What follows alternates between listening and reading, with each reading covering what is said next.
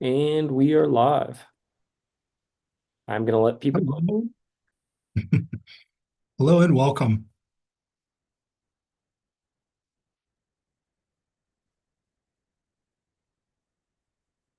Hello, everyone. Howdy to the early crew, the folks who are here the moment we get live. We're going to get started in roughly 2 minutes. We're going to give people an opportunity to log in and to find us in the online places where they watch us. In the meantime, though, as we always do, I'll remind you that most of you will be on mute for the duration of the call. You can communicate with us using the chat box throughout the call. We love it when you ask questions, and I'll try to weave them into the presentation as much as I possibly can throughout. We also have open Q&A at the end of the call that you can submit questions for. We usually hold out about 15 minutes or so for that open Q&A, but we will stay on basically until the last question is answered. In the meantime, though, while we're waiting for people to log in, why don't we all just practice a little bit by saying hi in the chat. You can say where you're calling from and also what you're running for office for if you are a candidate. I'm calling from Maine, and I am your host.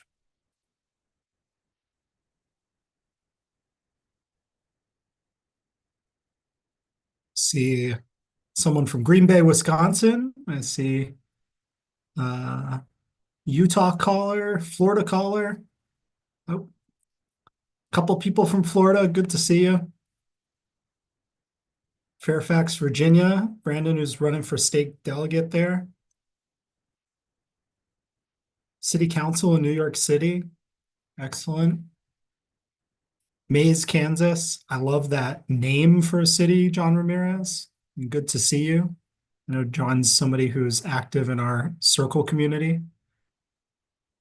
Alabama, here to find out, interested in messaging in general, then you came to the right place. New Jersey, the land of gold bar democracy. Love it, Art Cats. Illinois, a strategic comms guy. We got Byram, Mississippi. New Jersey, California. Awesome. Well, it is 6:01. I know that there are a lot of people who are still rolling in, but I'm going to go ahead and get us started. You are watching Personal Storytelling and Coalition Building. This is a training on telling your story and bringing people together to support your campaign. We're going to cover a lot over the course of the time that we have together, but the main objective is to cover the power of personal storytelling in political campaigns. We'll go over how to craft and refine a compelling personal narrative, and then we'll talk about strategies for coalition building and grassroots organizing, as well as how you can use goodparty.org's AI tools to enhance your use of these things and the outreach and engagement that you can get from a good personal story. So we have two speakers who are going to be with us this evening. I'm going to introduce first the storytelling expert, Nate Allen, and then a little bit later, we'll bring on Tevin Bell from our product team. We'll do a guided demo of how you can actually use our tools. But without further ado, Nate, why don't you come on the mic and introduce yourself, tell us a little bit about your experience with personal storytelling and campaigning, and then we'll get started with the questions. Yeah, hey everyone. My name's Nate Allen. I'll be your content expert today on storytelling. I've been in the alternative and third-party political space for about 4 to 5 years now. I've worked on burgeoning third-party efforts, presidential campaigns, all sorts of stuff, and had to work with storytelling to really connect with people, whether it be for an individual or for a new party, and why these things are motivating and why people should kind of connect with them. So I'm excited to share with you some of the tips I've learned along the way today. Awesome. Well, without further ado, let's just get right into it. And starting with the power of personal storytelling, Nate, from your perspective, why do personal stories resonate so much more than policy points do with voters? Yeah, well, most people operate and make decisions emotionally rather than logically. You can come in hot and have the best statistics ever, but most people's eyes are just going to glaze over when you start talking about that kind of stuff. Most people aren't as interested in math, but as humans, we evolved to tune in intently when we hear stories as a way that it was a survival technique for a long time. It's the way that we've shared information for a long time. And so when you start to tell a story, just naturally, people are going to tune in a lot more and want to hear you. They're going to look for emotional relatability, and they're going to follow that a lot more closely. So those kinds of things are going to resonate deeply with people because it's very personal, and it connects deeply with something that we have operated on for a long time. Yeah, I love that. I can't remember who said the quote, but there's something about if you really want people to remember you, they remember how you made them feel, right? Um, well, to kind of follow up on that, what makes a candidate's personal journey compelling to different voting groups, right? Like there's only one biography that we all kind of walk through in this life. How do you make that into a compelling story that affects a broad swath of people? Yeah, well, I think there are some certain universal values that you can connect with.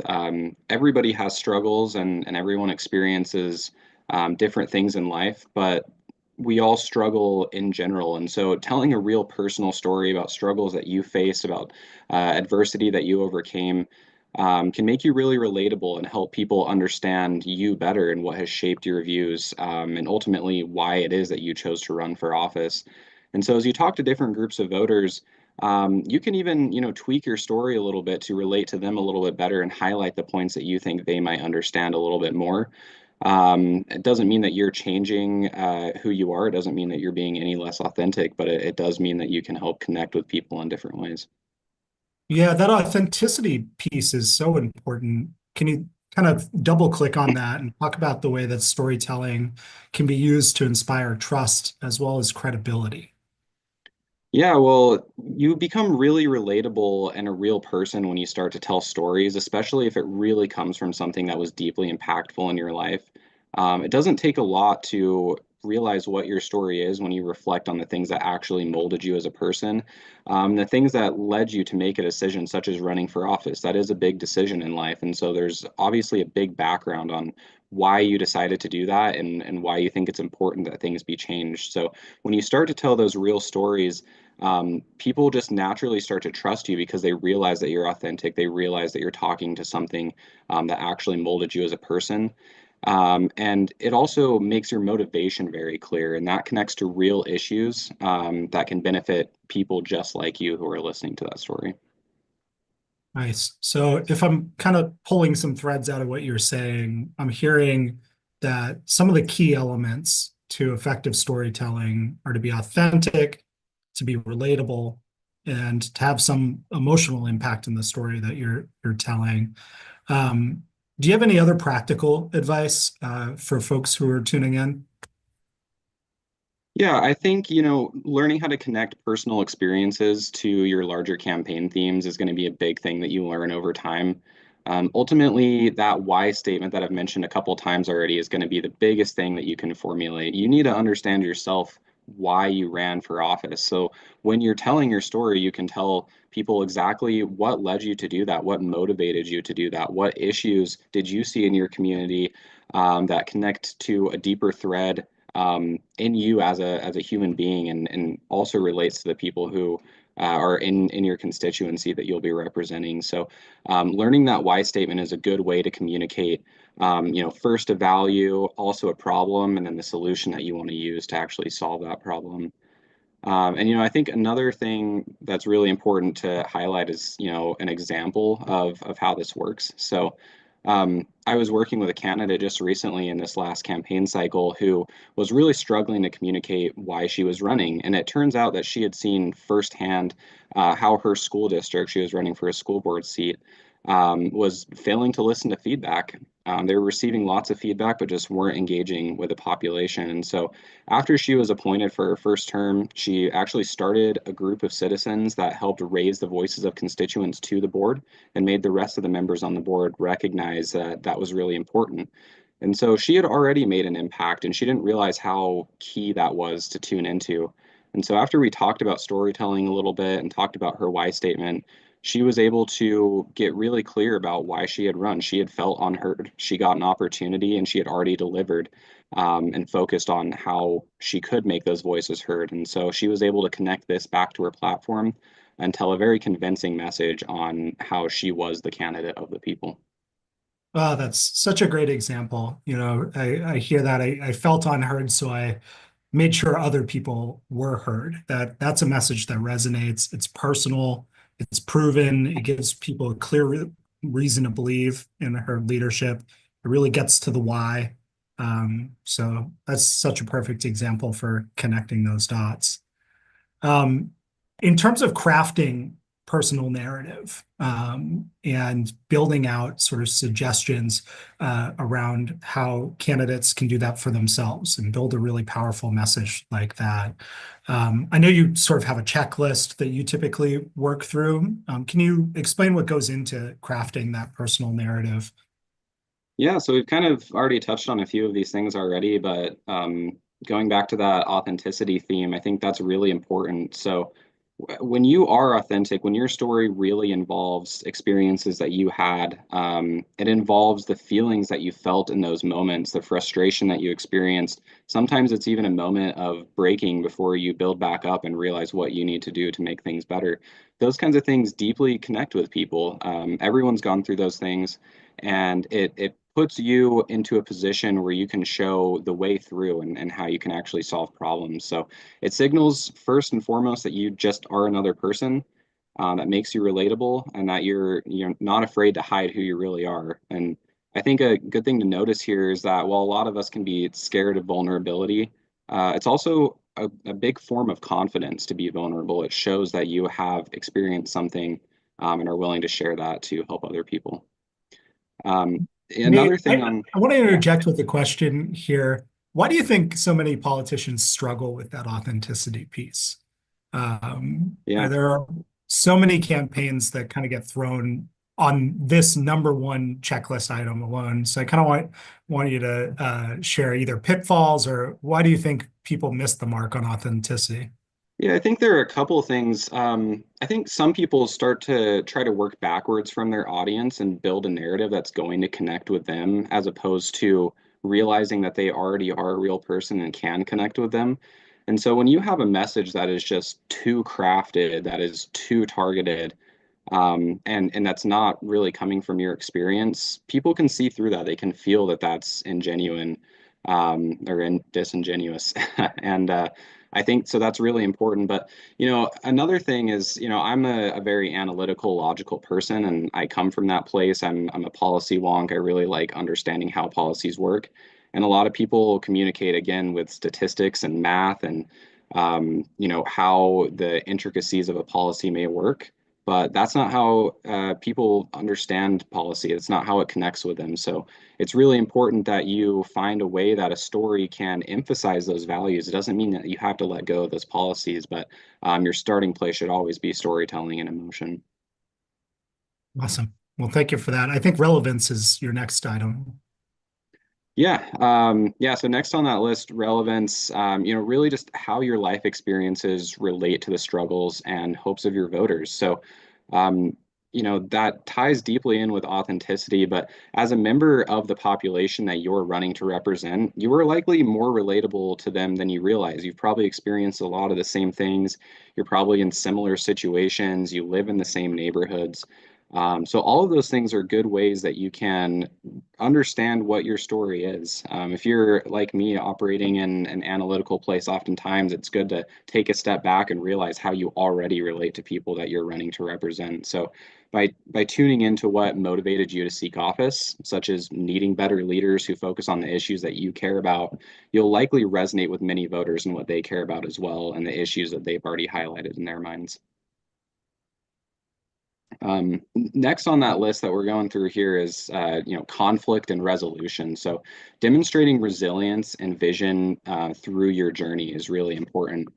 The classic story of the hero that you read in all sorts of mythological tales is someone who faces challenges and rather than being defeated by them, or at least not fully defeated, learns from those lessons, takes those lessons into the next battle, and then comes back and shares those with the people. So, as you discuss your journey, you're showing that your struggle shaped you and showed you how to deal with them, allowing you to have a clear vision of how others can overcome them. And even how you may set things up to prevent unnecessary struggles to begin with, so that people in the future don't have to deal with the same things that you did. So that Yeah, journey of that mental journey of conflict and resolution is a natural one. I feel like there's something natural too there of it showing your track record for actually getting something done, right? Like there was a problem and I solved it. So you're building credibility. You know, it's one thing to just complain about the problem, but without that resolution, what's sort of the point? Is that fair? Yeah, exactly. You're kind of killing two birds with one stone there by signaling that authenticity, and the credibility that you are someone that can get things done. Yeah, there's a question in the chat that maybe that helps to function a little bit as to an answer of, but how do you not sound like a parrot, as many politicians do, who's just sort of like repeating back the things that the voters are saying, like, oh, yeah, we do need to fix the jobs issue. Yeah, well, I think that a lot of politicians fall into this by repeating directly what people say. I think it's really good to listen. We'll talk about that a little bit later on. But that isn't always authentic if that doesn't come from your own story. And so, by finding ways to connect that to something that you actually experienced, you can use jobs as a value. But if you had an experience in the past where you were struggling to find a job, and that was really hard for you and your family, and then you finally did find that because someone gave you an opportunity, that's going to connect more deeply with people than just talking about we need to solve the jobs issue, we need to solve the jobs issue. What comes next, Nate? Yeah, so I think the last thing here is really important to kind of close your story off with a call to action, really inspiring voters to join your movement. A good story is always going to end with a call to action. Once you've established that trust, credibility, relatability, and a clear vision, it's kind of time to take that reputation that you've built up with your audience and turn that into an action. So a clear call to action gives your audience something very straightforward and simple that they can do to help bring your vision that you've now helped them buy into because you've made yourself relatable and showed that it's relevant to them. It can help them help you bring that vision to life. Awesome. Um, do you have an example of sort of, so it's authenticity, it's relevance, it's conflict and resolution, then a call to action. Do you have an example of all these pulled together to share? Yeah, I have a couple of examples that I'll give that you hear a lot. So, for instance, someone who is interested in running as a teacher, instead of saying something like, I've worked in education for 20 years and I've managed large budgets, you can say, I grew up watching my mom work two jobs just to keep the lights on, and that's why I became a teacher. I'm running to fix a system that still doesn't work for working families. So, you see how that kind of covers witnessing the problem, the deep value there of actually making the school district work for working families, and the fact that they actually took a step forward and became a teacher and actually did something to work on that. And to kind of top that off with a call to action after you've talked about those things, asking, can you help me volunteer and knock doors so that we can make this district work better for working families would be a good way to end that story. Awesome. Um, but yeah, I would And say always connect that back to the why statement, kind of as I mentioned. awesome. I see a question in the chat here. Are there guides or videos that can be shared to help us start storytelling? And yes, absolutely there are. And we're even going to walk through a demo of how to use some of our tools in about, I'd say about 10 to 15 minutes more that can get you off to the races with a really powerful first draft. But also, Nate, do you have any tips for developing a concise or impactful story for the many different uses, speeches, interviews, campaign materials? Yeah, so I think it really does help to connect the past to the present. It's important to lay out that value, lay out a problem, and propose your solution. So again, just think about what are the things in the past that helped formulate who you are today and connect that to why you're doing what you're doing right now. It's one thing to say, I've decided to run for this. Will you please vote for me? It's a different thing to say, this is why I decided to run for this. I've had this experience happen to me in the past, and that shaped and formed me. And that's why I'm doing this today. And I believe I'm the person, and I've shown that I'm the person that can actually accomplish things and do what we need to do to make this value a reality.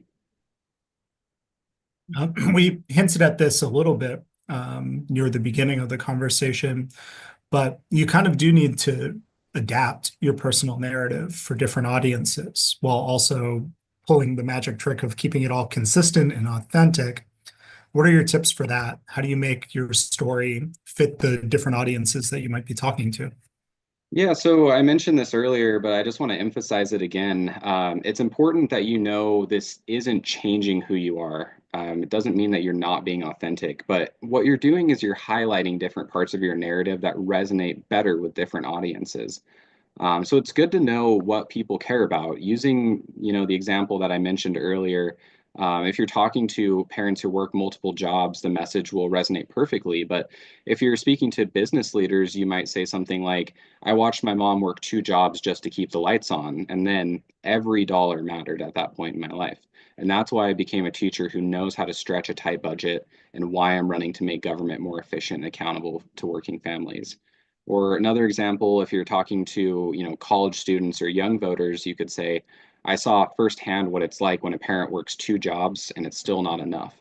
That shaped why I became a teacher because I know how hard it is to focus on school when life outside the classroom feels like a battle, and I'm running to change that. So you can see that in these examples, you're still talking about the story that you experience, but you're highlighting different emotional realities of that experience. And as we all know, emotions are complex and we experience multiple of them at the same time. And so as you were growing up, it's not just that you were worried about keeping the lights on or just that you couldn't focus at school. There were many things going on, and you can tune into all of those to connect better with different audiences that you're talking to. I think one of the places that almost everyone's mind jumps to when they think of political storytelling is, the candidate on the debate stage, telling stories about themselves or voters that they've met to highlight key points of the debate. And so I'd love for you to share best practices for incorporating storytelling into debates or public forums. And while you're doing that, for anyone who's watching, feel free to drop into the chat some of the other places that you're curious about how to customize storytelling for.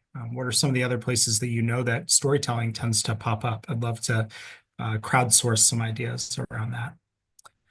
But Nate, Yeah. yeah, how to prep for debates in public forums. Yeah, so I think it's good to keep in mind what the format is going to be like. Most of the time, your answers will need to be somewhat short. So I think it's really important that you establish a basic narrative early. Get your basic story down to a couple of lines, like the examples I gave before, where you can mention that when they ask for a quick introduction to who you are and why you're running. Most debates and forums will give you that opportunity at the beginning, such as an introduction statement. So establish that early and then refer back to it. That allows you to have a continual emotional impact without having to repeat that story over and over again. And as you shift through the answers, by referring to that, you can shed light on different areas of that story and different emotional experiences. So, for short answers, start with that value. So instead of, I'd like to share a story about a family I met on the campaign trail, you can say something like, our healthcare system is failing real people like Maria, a mom who had to choose between insulin and rent. Like just as an example, that establishes that value early in your answer, gets people to tune in, and allows you to then tell a personal story either about yourself or someone that you've met that will deeply resonate with people. Couple of good answers popping up in the chat to the question that I posed. Churches, cafes, schools, businesses, and that's a perfect example where you probably would use a slightly different message if you were speaking in each of those environments, the way that Nate's talking about. You would bring probably a different message to a community of faith than you would a business. So thank you for that, Diane. I also saw customizing storytelling for when you meet with legislators to motivate them to write a bill for the floor or change laws. So this is true.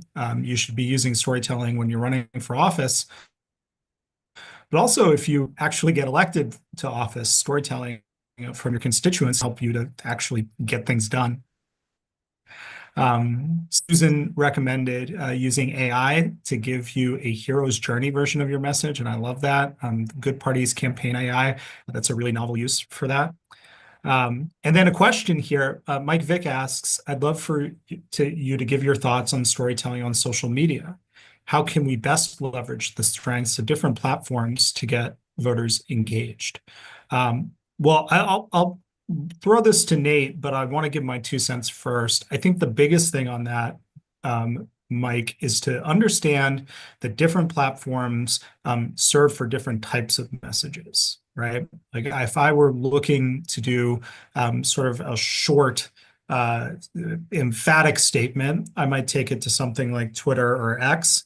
Whereas if I wanted to get into something a little bit more nuanced, where I mean, I might take that over to an Instagram Live where I can have kind of an open-ended ability to dive into the conversation a little bit deeper, or to post a video that I have the ability to edit a little bit. So my answer to that is to understand the strengths of different platforms in their content as much as anything. Because if you, let's say, have the biggest audience on Instagram, the temptation is going to be just, I'm just going to put out whatever I want on to the biggest audience that I can.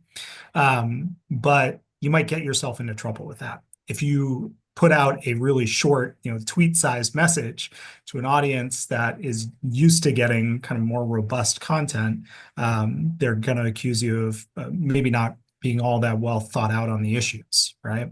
So just understanding the delivery matters as much as the content itself. Nate, how about you? What do you think about storytelling on social media and how to leverage the strengths of different platforms? Yeah, I would second everything you said. And the other thing I'd like to add is social media has evolved a lot in the past couple of years to be more short form video content. So focusing on how you can tell a story in an engaging way on a short form video that when people are scrolling is going to capture their attention quickly is really important. And you can use all of the techniques that we've already talked about so far to do that well. So instead of, again, for me as an analytical person, if I'm scrolling and someone has a whiteboard and some numbers up, I might stop. But that is not anywhere near the majority of the population. But if you start with your face, right in front of them, and you start mentioning a deep value, an emotional experience that you had, start telling a story. Again, our brains are tuned to recognize stories really quickly and are going to make you zoom in and pay attention to them. So, create your content in a way that really sucks people in quickly, and then expands on that emotional value and tells a complete story. And again, end with that call to action. Social media is a great place where you can provide links that people can go straight to your website and sign up to volunteer or donate. We have some great questions coming in. I really like this question from Danny Coleman. How do you speak to complex problems without going into a level of detail where you can lose people, the non-policy wonks, Nate? How do you explain a difficult thing like it's simple, which is what Albert Einstein called the definition of genius? Yeah, well, I think that most people get more easily bought into an issue that you're talking about from the problem phase and the value phase of your conversation, not as much as the solution phase, though. And so, while it can be disappointing to those of us who are really invested in detailed solutions, I think it's really important to make sure that your story is very impactful in the emotional phase, where you're talking about that experience, you're talking about the problem. If you start talking about stats and math and how the solution is going to be perfect, you are going to lose people. But if you can convince people that you are credible, that you're trustworthy, that you have the ability to solve the problem, most of the time you don't even have to talk about your specific solution. And again, I know that's disappointing. It's what a lot of us feel like might be wrong with politics. But as good independent people who are people powered and anti-corruption, we can use those things to our advantage and actually create a good impact. Yeah, I think sometimes when you get into the details on policy issues, um, it can seem to those of us who understand it like, oh, it's so obvious. Like, the zoning code hasn't been updated since 1983. It obviously needs to be updated. And that just doesn't resonate with people. I think, like, let's use that as an example. It's getting harder for our kids and our grandkids to live here because we haven't updated the zoning code in a long time. It gets back to, okay, how is this affecting me? Right? You have to work that piece into it. I am somebody who loves anchoring things in quotes or in analogies, personally. So being able to use real stories, all these things are ways to take that complex issue and make it just a little bit more relatable. Another question from the chat here, and we've got a bunch of them to work through. What are the easiest ways to build trust and relatability with folks who distrust your profession, like law or a former journalist? Oh, yes. Yeah. Lawyers, more lawyer jokes. Any advice for Kimberly Russell, who asked about overcoming the distrust of lawyers or former journalists?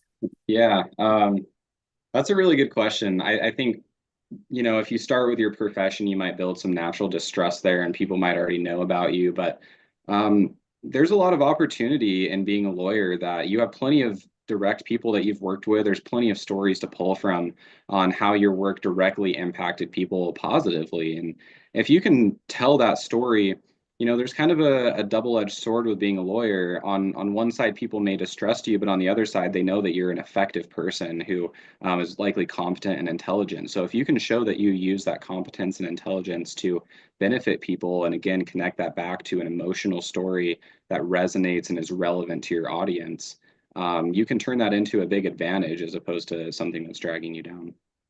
Yeah, I would even just double down on the why statement with this. Like, tell people why you became a journalist or why you became a lawyer. I could see a candidate saying, from the time that I was a child, I had a rigorous commitment to the truth, right? And that drove me to pursue a career in journalism, where I spent my entire life trying to uncover the truth. And I'm going to take those same values into running for office, where it's rife with corruption. So, like, you can explain and create a through line of, this value drove me to become a journalist, and now it's driving me to run for office. We have a user who says that they're debating if it's better to run as a Democrat or as an independent with the poor approval ratings of the Democratic Party. Yeah, everyone on this call, I see people smiling and nodding on. Everybody on this call thinks you should run as an independent. And goodparty.org supports independent candidates exclusively, and we provide a ton of free tools and training for candidates who run as an independent. There's never been a better time to run as an independent candidate than right now, especially at the state and local level, where there are all these incredible opportunities to run and also win. So you should definitely ditch the Democrats for more than just the fact that that brand is incredibly damaged. Independent doesn't have to mean alone, as proof by this, 64 people on this call right now who are asking great questions and helping us to put together a good training. Another question from Tommy. I'm curious to know how one story could disrupt a societal conversation about the status quo. He says his focus is disability and raising awareness through digital media.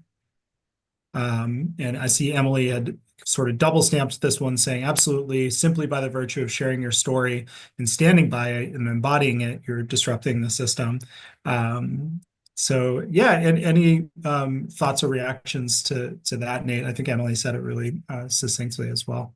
I'd agree, and by reading her response, actually just made me think that when you share your story about something that you aren't happy with the way the conversation is going, you establish expertise in that area. People immediately trust you because you have experience and you are one of the people that's directly impacted by that issue. So better than hearing from someone who, has a degree on how to help people with disabilities, or someone who's just a politician who's solved other various issues, by directly experiencing that issue and having direct impact, more people are going to want to hear from you and what you have to say about that than anyone else.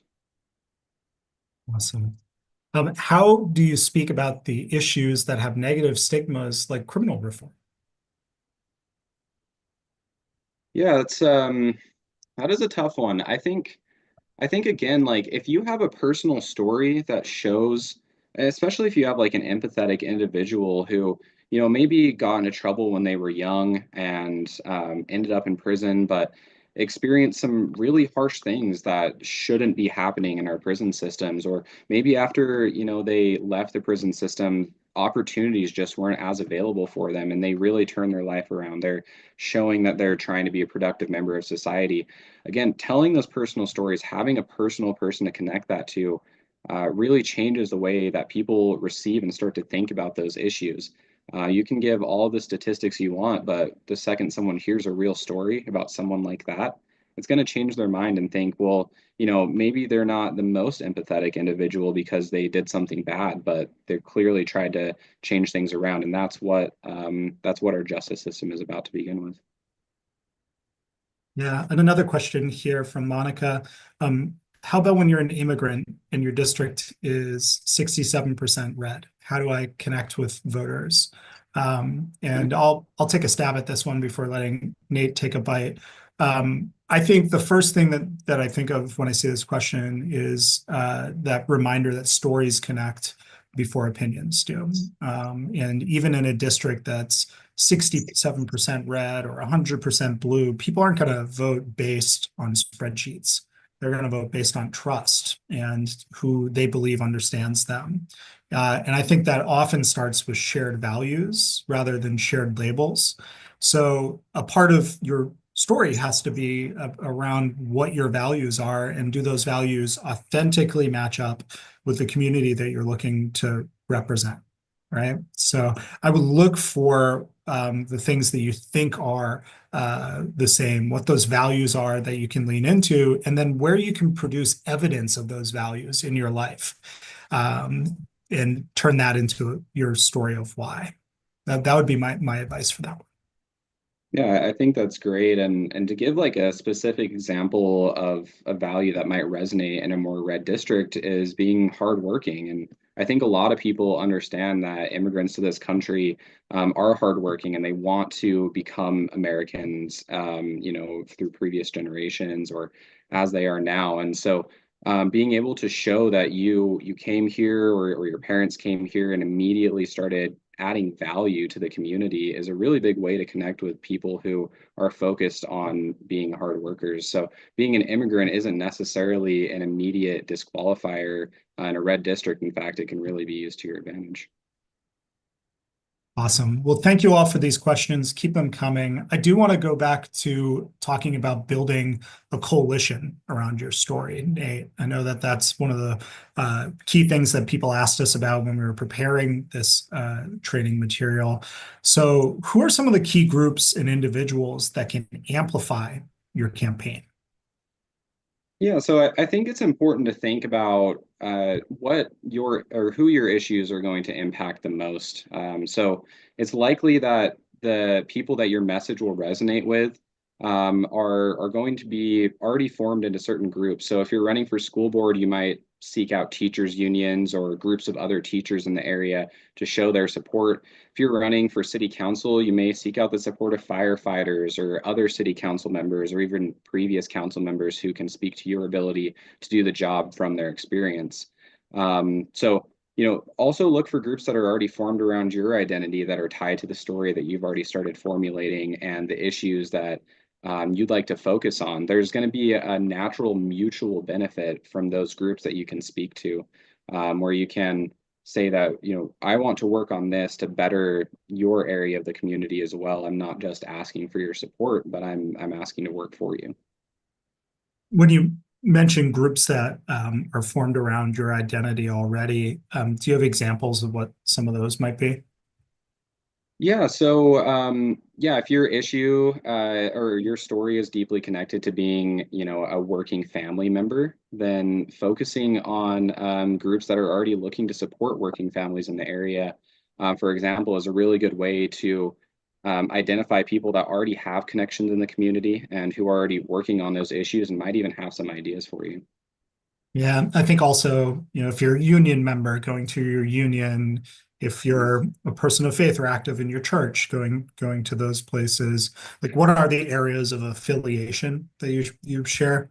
I've even seen before kind of out of coalition a candidate who was very active in a bowling league was able to put together an endorsement from his bowling league, which was actually more powerful than it might sound because they did a tremendous fundraising effort for him, and that bowling league was kind of the thing to do in that particular small town.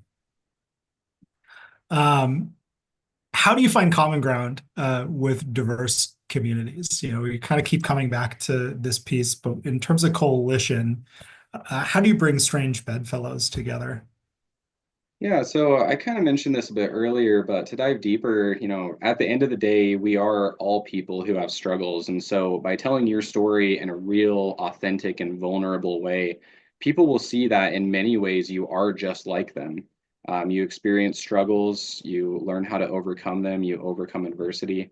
So it's important to, let others tell their stories as well, though. I think listen deeply and look for opportunities to validate others, and then, after you've done that work of establishing a relationship, of hearing them, maybe you've given your story a little bit to connect as well, then you can start connecting back to the issues that you're focusing on and connect those to their struggles directly to start building that coalition. Awesome.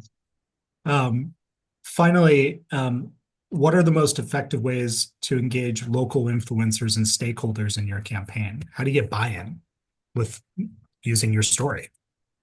Yeah, so again, I think framing that relationship as mutual as opposed to transactional is really important.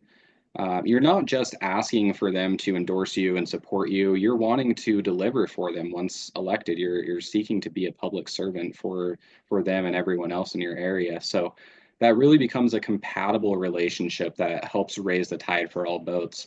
And if you can, show that you've been involved in those issues already, that they care about. Find and reach out to stakeholders in a respectful way, and then make it easy for them to help you once you kind of establish that relationship. Again, that goes back to having that clear call to action and simple ways to get involved. We're holding a door knocking event this Saturday. Can you lend some volunteers or anyone who may be interested in helping? Gives them a very easy way to help out instead of asking them to plan a big event for you or think of ways that they can help. So make it easy. Awesome. Um, I see another really great, insightful question in the chat here that asks, when running as an independent, is it helpful to use messaging that shows that you can pull from both sides, or do you create a message that's more unique? Yeah, I think at the end of the day, and especially on the local level, it's really important that you just be relatable and be relevant. You will get those questions where people ask you what side you're on, and sometimes that messaging of pulling from both sides can be effective. But I think it's more important to start from that place of authenticity, to tell your story, to connect on a real level. Those kinds of things transcend partisan lines, and you may actually find yourself in conversations with all sorts of people that when they find out that you are an independent, they're genuinely shocked because they are so convinced that you are just like them, that you must be a Republican or you must be a Democrat. And at that point, you've already created a personal relationship with them, and they're going to be more willing to vote for you, regardless of your partisan affiliation, because they know you as a real person. Yeah, I love it when people ask me, which side are you on? And I get to say, I'm on your side. I'm an Yeah. independent. I'm someone who believes that people should matter more than money in politics. And I find that that can be a really disarming way to answer that question. And yeah. Um, so let's talk a little bit more about this coalition building. We've already talked about how to identify some natural allies from affiliation groups, and some of the other different organizations that you might reach out to. But what strategies do you recommend, Nate, for mobilizing early supporters in the campaign? Some of the first people who your story resonates, into becoming campaign volunteers or ambassadors. Yeah, so there's a really powerful idea called the ladder of engagement that we talk about in the organizing world that allows you to understand how invested somebody is, how much time they have, any unique skills and knowledge that they have, and put them somewhere on this ladder. So, the top of the ladder is going to be your volunteer manager or someone who helps you lead the campaign. And at the very, lowest rung, it's going to be someone that is just going to show up at a door knocking event and knock some doors for a little bit. But what can be really helpful is that there are strategies for moving people up that ladder of engagement. So for your early supporters, you might just get them to take an easy action at first, show up and knock some doors, make some phone calls, help you fundraise a little bit, help set up an event. But that gives you an opportunity to connect with them on a deeper level and to get them to buy into your vision and your story a little bit more. And so, as you do that, as you can tell that their commitment to the issue is going up, keep an eye out for that and ask them to take on a little bit more responsibility as you go along. That can work for volunteers. That can also work for other invested community members who have connections. Maybe they just show up to an event and realize that you two have a lot in common. And so you can ask them to go into their circles and talk about your issues and your campaign as well, to bring in coalition members from other areas in the community. Nate, how do you engage voters who are maybe a little more disengaged from politics? Yeah, so I think most people are who are disengaged from politics, it's because they don't feel like the government cares about them or truly represents them. But by being a relatable and real person, people will begin to invest trust and believe that you actually care about them.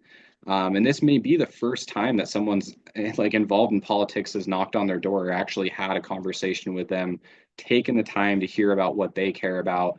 And that can actually cause them to become a voter for the first time because they actually believe that there's someone involved in politics who will be their voice. I know that's how it worked for me several years ago and the first candidate that I got involved with.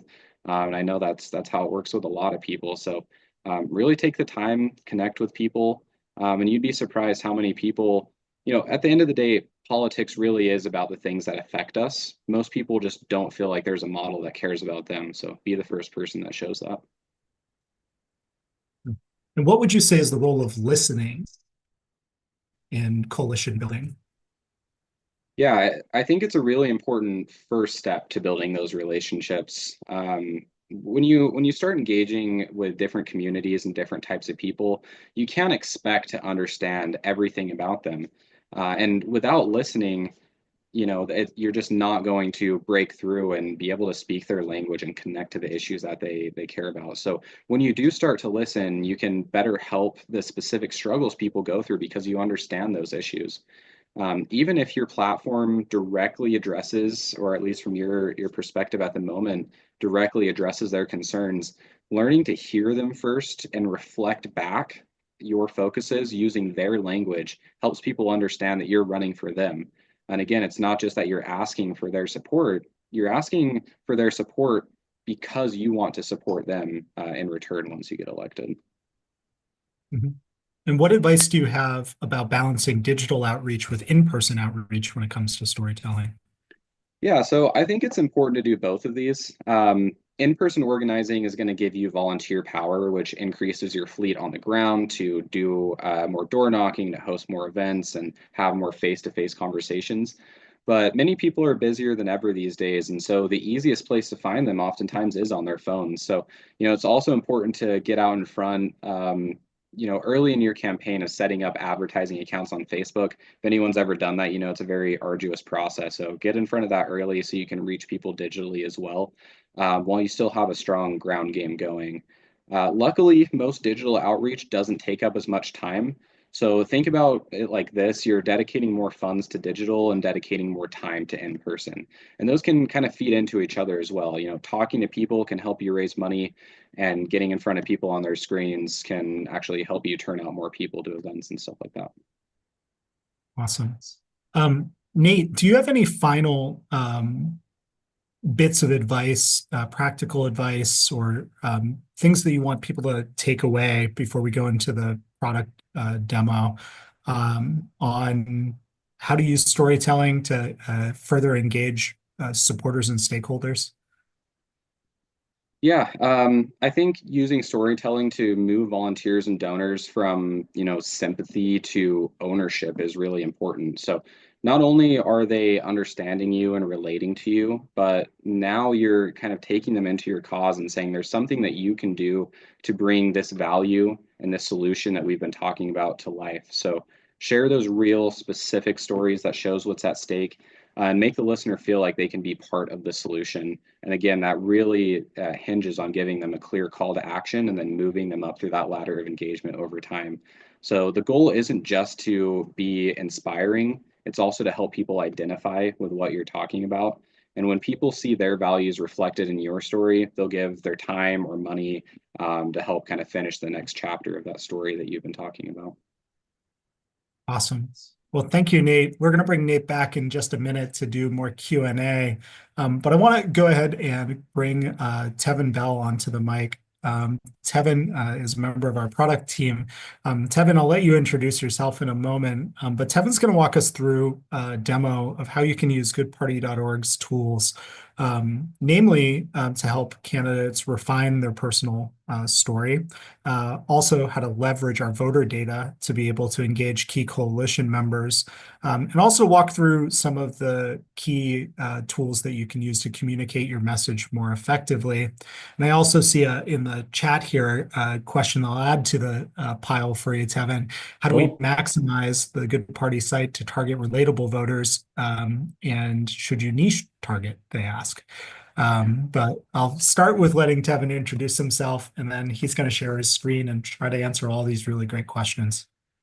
Yep. Hey everyone. Like Rob said, I'm Tevin. I'm one of our product managers here at goodparty.org, which means I do a lot of listening to you all on where your problems are with campaigning, what things take the most time, and then I work with our team to make sure that our tools keep improving to kind of meet your needs a lot more closely. So I've got a few things that I'm going to show you here, a lot around how to incorporate your personal story into a lot of different documents and pieces of content you might need to create throughout the course of your campaign, as well as some ways to use our AI assistant to help you refine how you're talking about your own personal story and doing a lot of that targeting. Okay. So the first thing we're going to go over here is going to be how to use your personal story as part of a lot of different documents.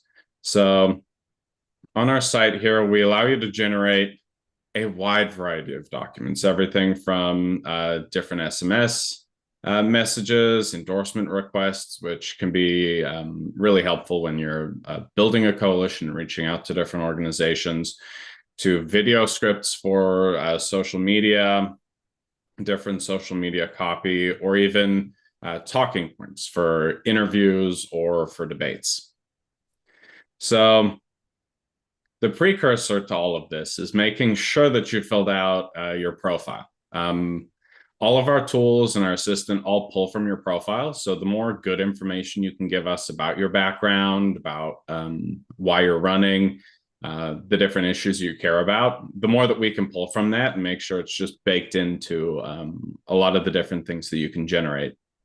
So I'm going to go over a talking points document here that I've generated.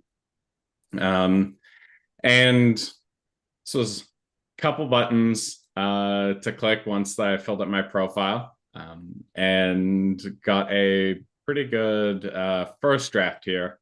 But one thing that I noticed with this draft is that it talks a lot about my position and my beliefs and values here, but it doesn't really hit at bringing in my personal story. So the way that I went about doing this is I hit regenerate, and then I just typed it in here. I just said, improve this with including my personal story. And I went on, typed a couple other pieces there, but really it came down to incorporating my personal story, ensuring everything connects back to my why, and making sure that it will resonate with the voters in my district. And after I hit enter there, that allowed me to create a separate version here.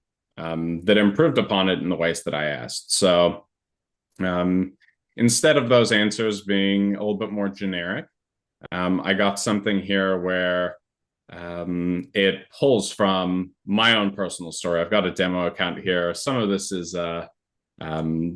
actual information about my life. Some of this stuff is made up for demo purposes. But you can see here that even when it helps me prep for the question, what motivated you to run for office, right? And this part is actually true, so this is kind of fun. But as somebody who immigrated to the U.S. from South Africa at a young age, I've seen the firsthand the impact the issues of housing, healthy food, and reliable transportation have in a community. So by just asking it to tweak things a little bit, and you can do that as much as you want. We don't put any limits on you. So if you don't like a certain thing in a document, I found regenerating, telling it what you don't like, you can just stream of consciousness straight into it. And I personally have a little button on my computer that I press, and I just talk into my mic, and it takes down all my very unstructured thoughts. But you can be pretty flexible in how you want to like give it different pieces of feedback, and that'll really help improve a lot of these documents. AI is great for first drafts and brainstorming, but it really does take your personal touch and kind of articulating what you like and dislike to help guide it in the right direction. So that's one way that you can take any of the pieces of content here. Things like I mentioned, endorsement requests, different SMS, door knocking scripts, etc., and really hone them into kind of your own personal documents, where it's got the things that you like. You can ask it to change its tone, etc. And that's one way that you can really incorporate your personal story into a lot of these things.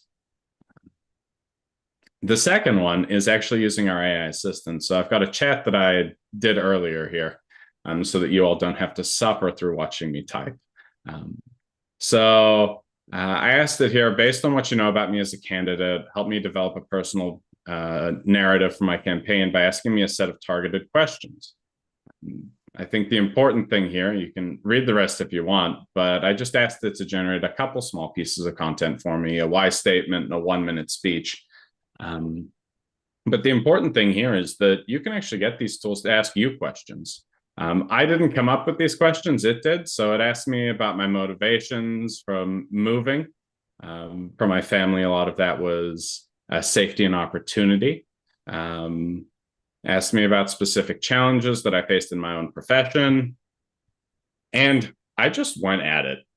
I just threw in stream of consciousness, all of the things that I was thinking as they came to my mind for these questions.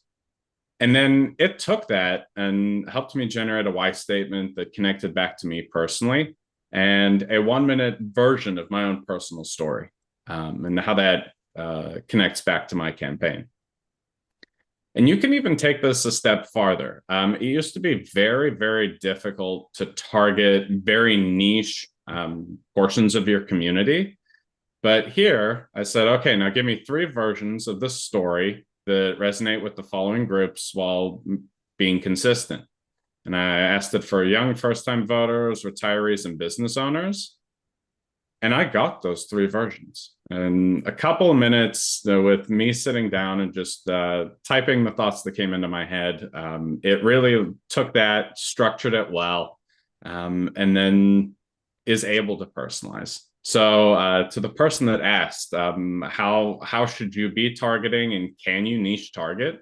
I think now more than ever, with a lot of these new technologies coming out, the ability for you to niche target as even one person running a campaign is much more attainable.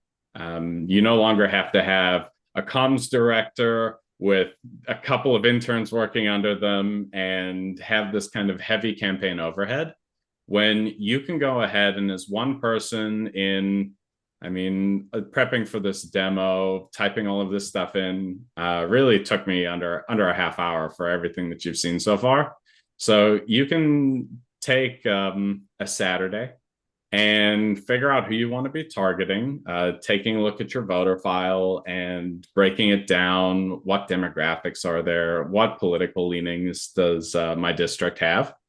And then target as many sort of voter groups as you find useful. Obviously, targeting very, very specifically to the point where you've got one or two people might be a less good use of your time as slightly larger groups than that. But if you've got several groups that together make up 60-70% of your district, you can target all of them very easily with tools like this and being able to get first drafts out. Yeah. And then I think the last thing, Rob, unless I'm forgetting any of these questions, was how we can help in the coalition building process. So one of the things that we can do. The voter files include lots of contact information for a lot of different people. So here I've got this particular account. I've upgraded to Pro.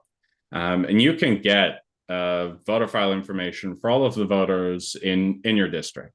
And if you've identified several key stakeholders, potentially some small business owners or people who are active in different community initiatives, you can take a look just downloading the voter file and going through it, searching for their name, and then finding their contact information, which can be very useful to then reach out with some of these endorsement requests so that you know that it's going to the right people.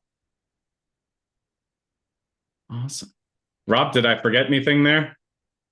No, that looks that looks great. I do see a question from the chat that says, can you give a specific example clicking on vote data? Yes. I think you were beginning to sort of scratch at the surface of that just now.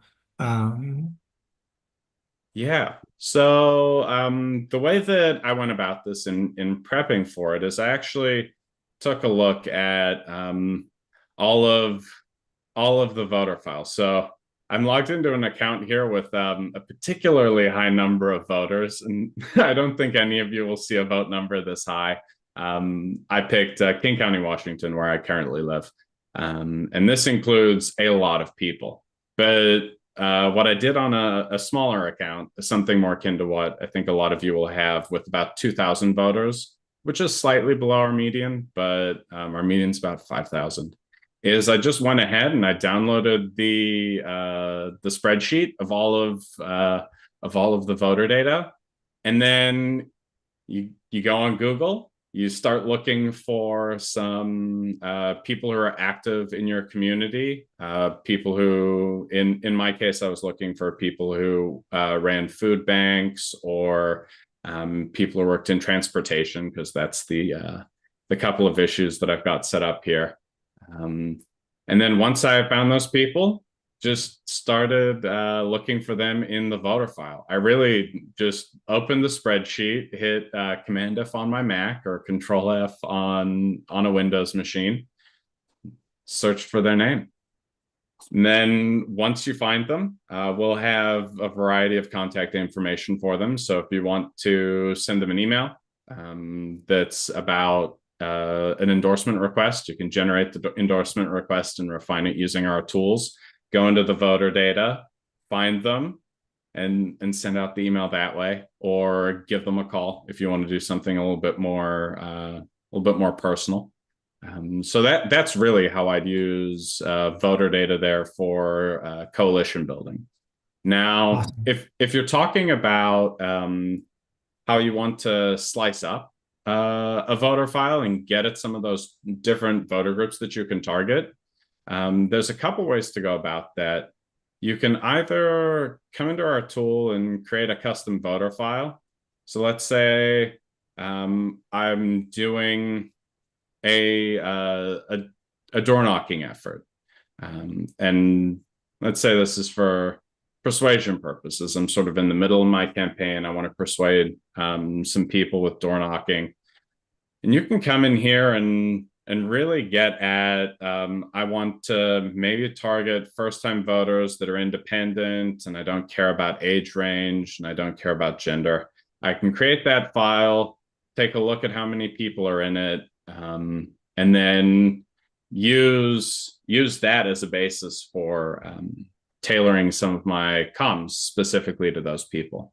Because you might want to target, if we're saying first-time voters that are younger, you'll want to target those people definitely differently than you will people who vote a lot, tend to be older, and you might want to target the independents a little bit differently than you would somebody in either party. And I gave you all the tools there to go ahead and really start customizing your message. I did remember one question that I didn't ask from the original list, Rob. And that's incorporating feedback from people. Like we've talked about, listening to them is incredibly important.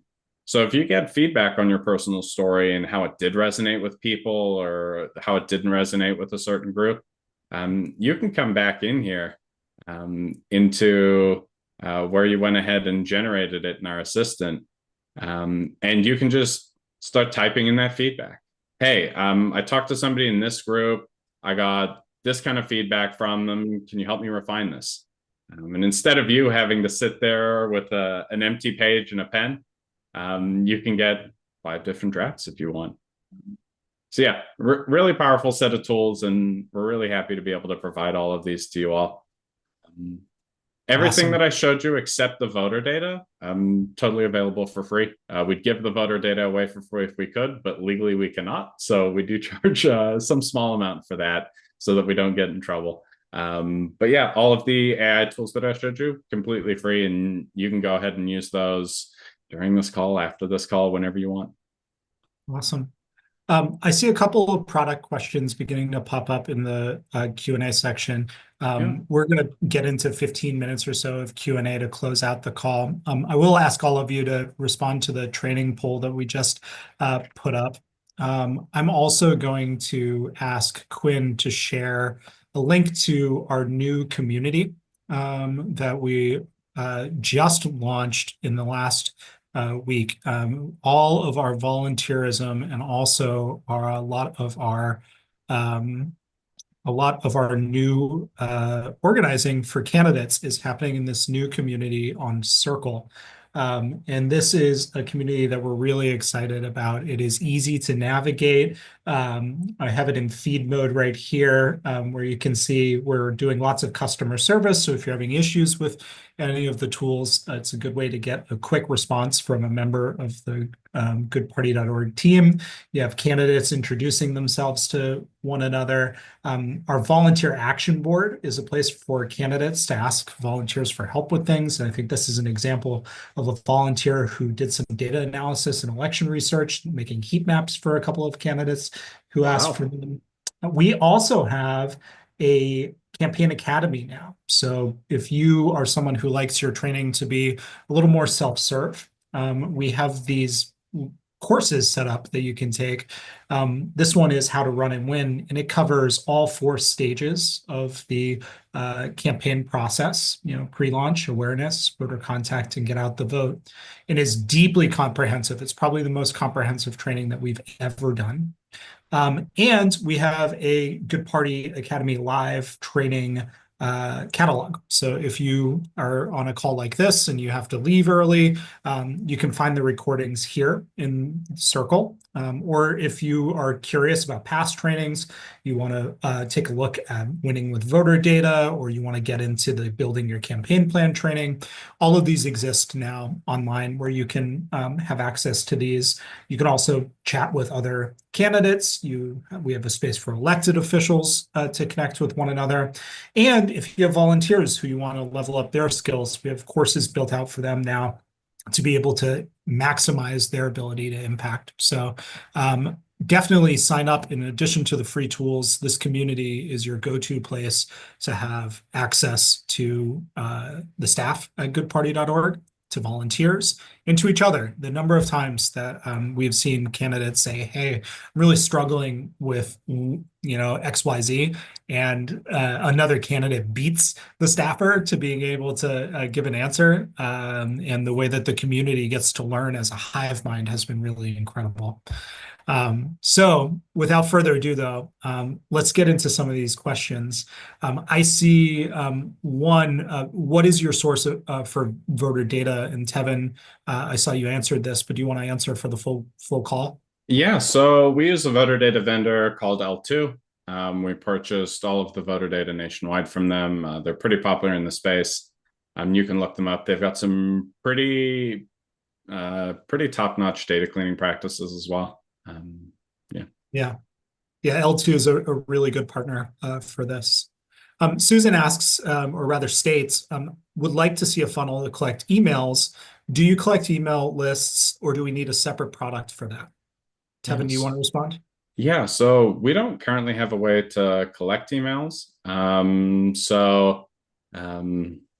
We've seen some people do it just on spreadsheets, but yeah, I think that's a pretty interesting idea for us to kind of branch out there and supplement a lot of the voter data that we do have with some of those emails.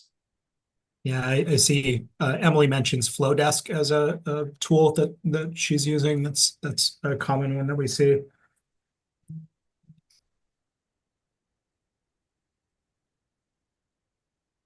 And as a reminder, we do still have Nate Allen here if you want to ask some questions about storytelling.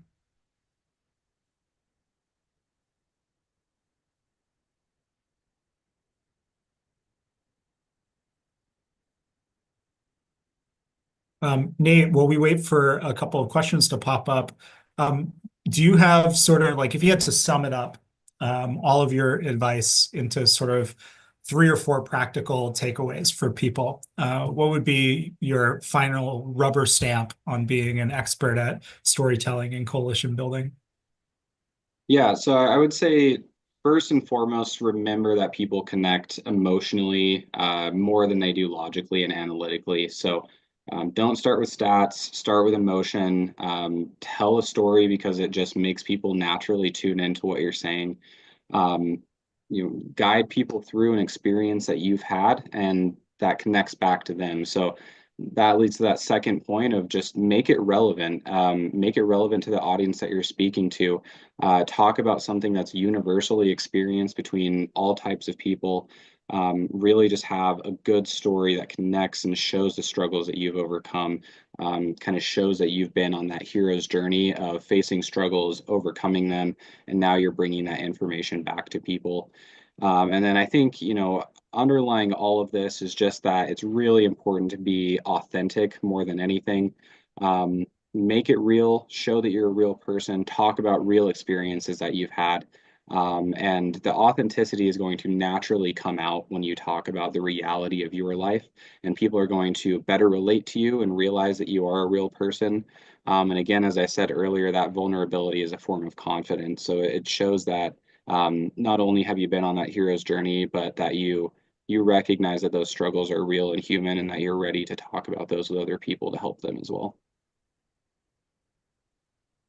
Awesome. Well, I'm not seeing a lot of questions pop up in here, but I want to thank everyone. You guys asked great questions throughout the entire training. I want to thank Nate for his expert advice over the course of this call. I want to thank Tevin for his walkthrough of the tools. As a little bit of programming notes, we will be back in 2 weeks. We're going to go from storytelling to talking about media and press relations. So the next training is on the 17th, and we'll cover media and press relations. So taking some of how do you bring all this storytelling and turn it into earned media. That'll be a really good one. And then 2 weeks after that, on 5/1, we have a digital campaigning essentials training. I think one of our most requested trainings. We're going to cover social media strategies, email campaigns, and the basics of digital advertising, how to get Facebook ad approval, which is always really, really difficult. I will, again, we shared the link to Circle, and I can already see a couple of people signing up for Circle, who are on this call right now. Definitely check out that community. We have a ton of free resources there, and you can connect with people who, just like yourself, are running for office. And keep an eye out for an email that will have a recording of this phone call as well. We'll send this training to everyone who RSVP'd, along with a deeper strategy piece and a deeper poll about how these trainings are going. So thank you all.